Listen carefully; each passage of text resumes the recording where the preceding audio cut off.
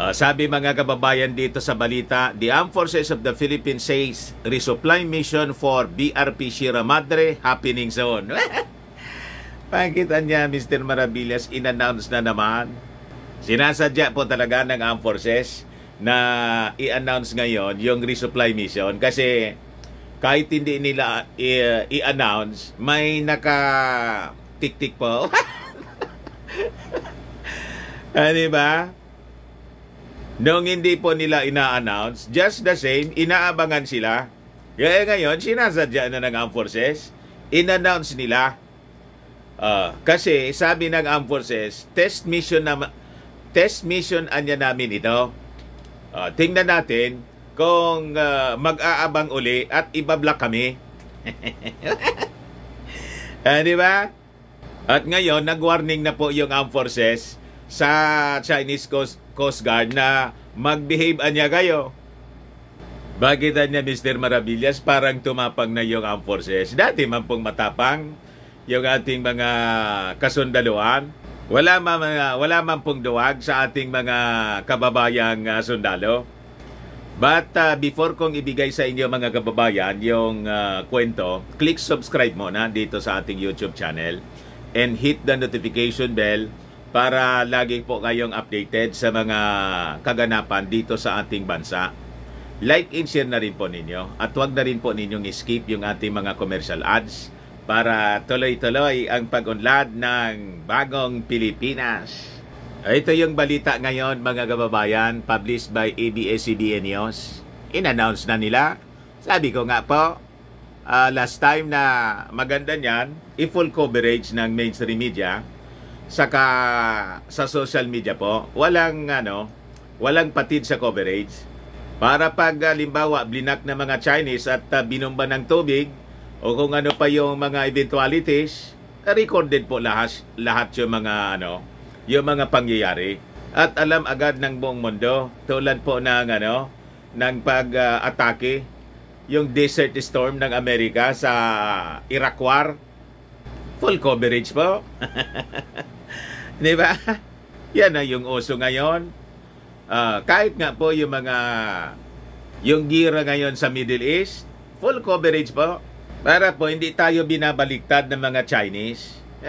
Ginagamit po ng mga Chinese yung footage na naka-splice. Kinakatay nila yung mga footages. Dinodoktor nila. Ginagamit nila sa propaganda laban sa atin. Binabaliktad tayo. Ngayon, ina-announce na natin kasi sabi ko nga mga kababayan, i-announce natin, hindi natin i-announce, nakaabang sila. Laging nakaabang yung mga Chinese, may leakage yata. So sabi rito, the rotation and resupply mission Aurora to the BRP Sierra Madre, the Philippines Lone Outpost in the Ayungin Shoal is set to commence soon. Hindi lang sinabi ng Armed Forces kung kailan gagawin. Basta very very soon niya. The Armed Forces of the Philippines said ngayong araw na to, about 2 weeks after China meddled the operations by launching water cannons and nearly ramming into Manila's resupply vessels. Sabi po ni Armed Forces spokesperson Colonel Medel Aguilar, the Philippines is committed to another RORE mission para sa ating mga personnel to maintain our presence diyan sa Ayungin Shoal. Sabi niya, ito anyang rotation and reprovisioning mission that is about to take place soon, but I'm not at liberty anya to reveal the date. So tama din na wag sabihin kung kailan talaga. This is anya our exercise of our sovereign rights and jurisdiction, and a testament to the full belief in the rules-based international order that underpins regional peace and stability. Sabi po niya mga kababayan, while the new operation niya is designed to be a field demonstration of our resolve to stand up against threats in coercion and the commitment of upholding the rule of law. Sabi mga kababayan ni Aguilar. Madaling sabi, mga kababayan, talagang in-announce nila ito, although walang date, para ipakita sa buong mundo, determinado ang Pilipinas. Walang makakapigil po sa ating resolve na tumayo, mga kababayan, sa tama. Kasi nga po, wala man dapat magdikta sa atin. Kasi territory natin yung ayungin. So sabi niya rito, we therefore call on all parties to abide by their obligations under international law in respect the Philippines' sovereign rights and jurisdiction over its maritime shoals. Paliwanag mga kababayan ni Aguilar. But he also reiterated his warning. So nag-warning na po siya for the Chinese Coast Guard to behave, especially within the Philippines' exclusive economic zone. Behave kayo mga Chinese, kasi pag naubos yung pasensya ng armed forces namin, ang mamatay ng dahil sa iyo po ang sinumpaan ng mga kasundaluhan namin. So sabi niya, they should not do any action that will endanger the people's lives. All the consequences anya that their singular act will do, the blame will be to them and to the authorities above them. So they should behave. Sabi po ni Aguilar. Kaya in-announce niya po ito para alam ng buong mundo na magpapadala sila ng resupply mission. Pag may nangyaring masama sa ating mga sundalo, o di alam na po ang gagawin ng ating armed forces, plus of course the Mutual Defense Treaty natin sa Amerika. And the our allied countries tulad po ng Japan, na ang sabi po parang may naval drill na isasagawa next week. Siguro isasabay. What? Siyempre pa siguro. Kaya siguro nag-warning yung Armed Forces of the Philippines kasi may kasabay na naval drill yung Amerika at saka yung Japan dito sa malapit, mga kababayan. So nakasilip lang siguro. What? Di ba? Pero sabi po ni Aguilar, when asked if the Philippines informed the United States, its traditional ally, about the RORE mission, Aguilar said, the planning anya is confined with the military organization. Sa atin lang anya. The Armed Forces official declined to divulge how Manila prepared for the new operation following Beijing's dangerous maneuvers earlier this month. Siyempre, hindi na sasabihin po. Sabi po ni Aguilar, that is anya a tactical information that I cannot divulge right now. But I think what shall be different in the RORE mission that will take place is that all of the world is watching. So, sigurado, pinagandaan na po mga kababayan. Baka gawin nila ay talagang full coverage ng YouTube, saka saka Facebook live. Plus, baka may in-invite din sila na nasa mainstream to cover the narinigan niya, Mr. Maravilla, siguro yung discussion mo. Yun ang maganda po na gawin. Para transparent po yung ating RORE mission. At hindi nila madoktor mga kababayan yung operations. Documented siya at live nakikita ng mga mamamayang Filipino. Pag umatake po sila, then the whole world mga kababayan, ikukundin na yung mga Chinese. That will, add pressure dito sa mga Chinese mga kababayan sa ginagawa nila na pangbubuli, pang-aapi sa atin. Importante kasi may kakampi, di ba? Lalo't maliit tayong bansa. So sabi dito sa balita, earlier this week, the US, Japan, and Australia announced that they are looking at conducting a joint naval drill with the Philippines in the South China Sea next week. Malamang isasabay po mga kababayan. Alams na Kahit hindi aminin po, hindi sabihin ng armed forces natin, parang ganun yung mangyayari. Naka-convoy yata or malapit sa Ayungin Shoal yung gagawin na naval drill ng Australia, Japan at saka ng Amerika. Di wow. Ayos. Tingnan natin kung susugod pa yung Chinese Coast Guard. So sabi rito, the Japan Maritime Self-Defense Force earlier said that it would send its largest destroyer. Kaya naman pala, which is said to be upgraded to a de facto aircraft carrier to the joint exercises happening on August 23. So napakaganda. This is exciting mga kababayan. Ngayon, when asked if the exercises would take place near the Rory Mission's route, Aguilar said he is not aware of the place the US, Japan, and Australia have agreed upon. Alangan man hindi niya alam, hindi lang siya siguro otorisado na kasi kanya-kanyang spokesman yan eh. Di ba noon, yung balikatan, may naka-assign din na spokesman. Ganun po, mga kababayan. So, tama din. As for the details of the exercise, it is for them to answer. So, maganda to, mga kababayan, na mga developments ng mga balita. And I think in the coming months, mga kababayan,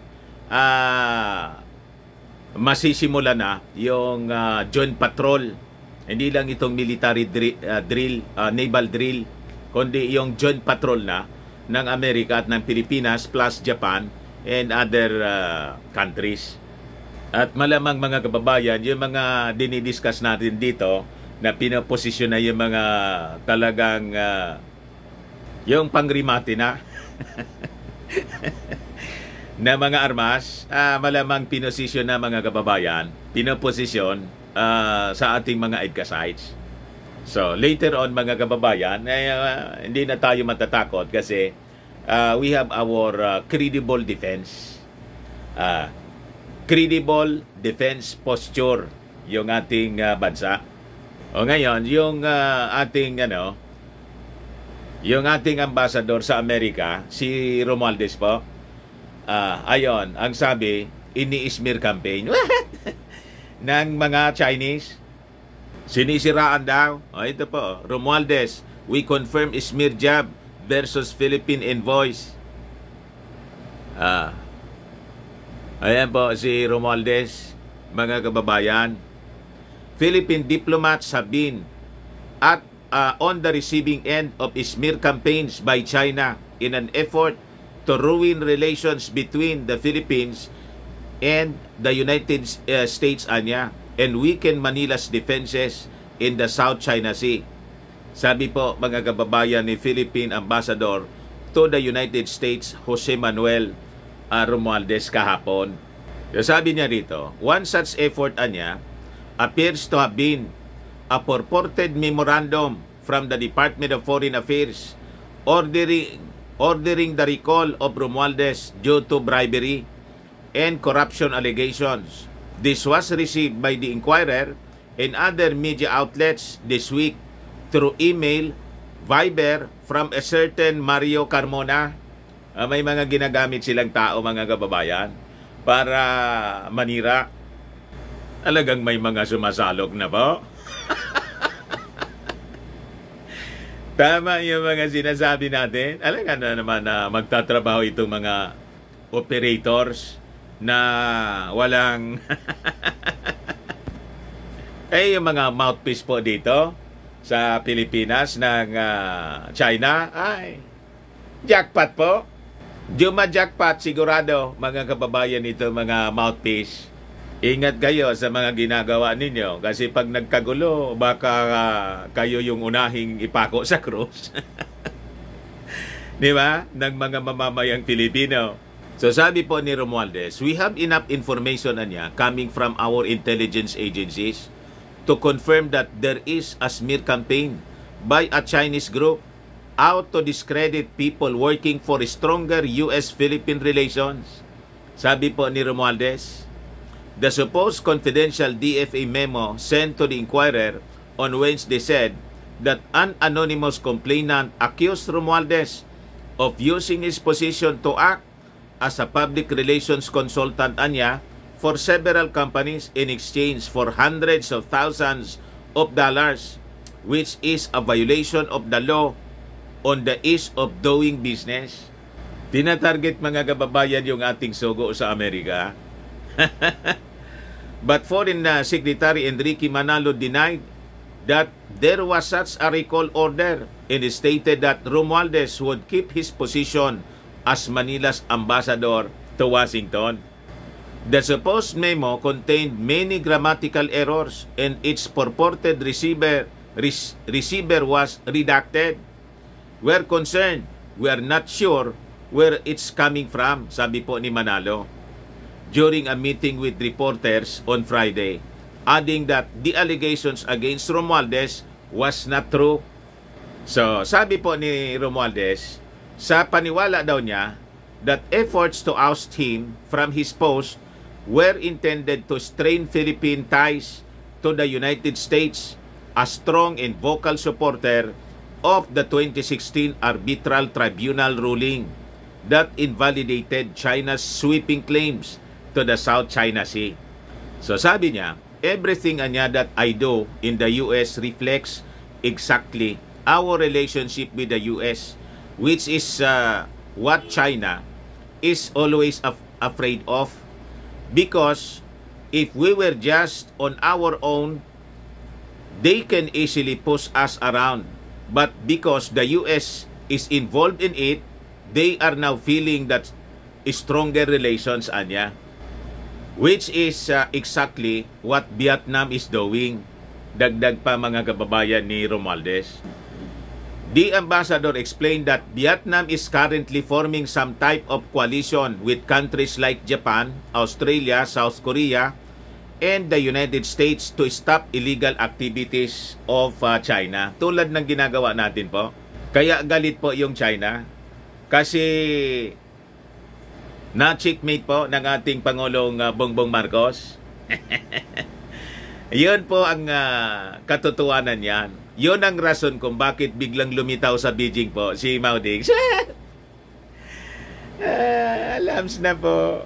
Divide and conquer po ang objective ni Xi Jinping. Ito yung ginagawa ngayon dito sa atin. Kaya nga nagsipaglitawan yung mga propagandist po. Sabi rito, the Inquirer has been told by at least 3 vocal critics daw of Chinese actions in the West Philippine Sea and Beijing's expansive claims to the country's exclusive economic zone that they were requested by individuals whose identities they could not verify to write commentaries against Vietnam's alleged militarization of the South China Sea. Alams na mga kababayan kung sino yung mga writer sa mainstream ang ginagamit po sa mainstream media. Ngayon, sabi rito, retired Supreme Court Justice Antonio Carpio, J. Batumbacal, head of the University of the Philippines Institute of Maritime Affairs and the Law of the Sea, and the La Salle University International Law Professor Renato Di Castro said, they believe that Chinese or pro-Chinese groups were behind a move to also drive a wedge between Vietnam and the Philippines. So may mga may mga operators na. They disclosed that they were offered an unspecified sum for their commentaries. May mga attempt ng bribery, mga kababayan. It's divide and conquer, Romualdez said in reaction to their disclosure po. So, tama yung mga analysis natin. Sakto po mga kababayan. Divide and conquer. That is the intention kung bakit pinatawag po si dating Pangulong. Yun ang intention po ni Xi Jinping. Bakit mo naman kakausapin yung dating Pangulo? May bago ng Pangulo. Di ba? And I think yung ibinulong ni dating Pangulong Digong kay President Bongbong Marcos, hindi man po pinatulan ng ating Pangulo. You see? So sabi rito, if we are on good terms anya with Vietnam, the harder it is for them, referring to the Chinese, for their plan to take over the whole South China Sea. O ngayon, sabi rito ni National Security Council Assistant Secretary Jonathan Malaya that pro-Chinese operators anya in the Philippines were undermining the country's position by mouthing Chinese propaganda. Alam na natin kung sino mga taong ito. Ang mga Judas Iscariote. Ano ba? One propaganda line that the Philippines promised to remove the BRP Sierra Madre from Ayungin Shoal is part of Beijing psychological warfare anya to sway Filipino public opinion in favor of China, sabi po ni Malaya. So in recent months, sabi rito, the Inquirer has been receiving emails and messages from unidentified individuals besmirching Boss Romualdez in Manalo. Naninirang puri po. One email from a certain Juan Res in July claimed that Manalo would be replaced by one of his undersecretaries because of his too diplomatic approach to Washington. I'm still waiting for that to happen, sabi po ni Manalo. I would be concerned with this information, but it's happening everywhere. So it's really up to us on how we find better ways to distinguish between what is the truth. Paliwanag po niya. The DFA is already looking into this matter and ask appropriate Philippine authorities to investigate. Kailangan po siguro talagang ma-identify para kailangan tugisin natin kung sino itong mga involved dito sa pakikipagsabuatan po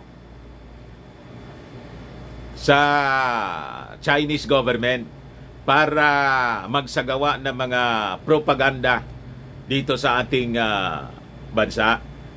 Dumami po yung mga mercenaries.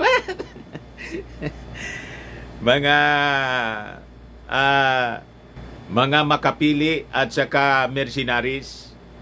Dumami po. Money talks kasi po eh. You see? Baka lang gusto ninyo po itong itry. Firmax Firming and Lifting Cream, pinapahid po sa mga pulses and affected area. Mainam po sa paninigas ng mga kaso-kasuan. Ito naman po, mga kababayan, Automax Regen Serum. Sa mukha naman yung application. Anti-aging po siya. You will look 10 years younger than your age. Sa mga cancer patients naman po, baka lang gusto ninyo itong itry. Nengxia Red Mixed Fruit Drink. Hindi man po siya gamot. Food supplement siya. Kaya lang, gawa siya mga kababayan sa goji berry. Yung goji berry may anti-cancer properties. Ayos. Yung mga inquiries ninyo, dumiretso na lang kayo sa aming messenger sa Facebook para masagot namin agad. Ako po si Dante Maravillas. Bye-bye po. God bless.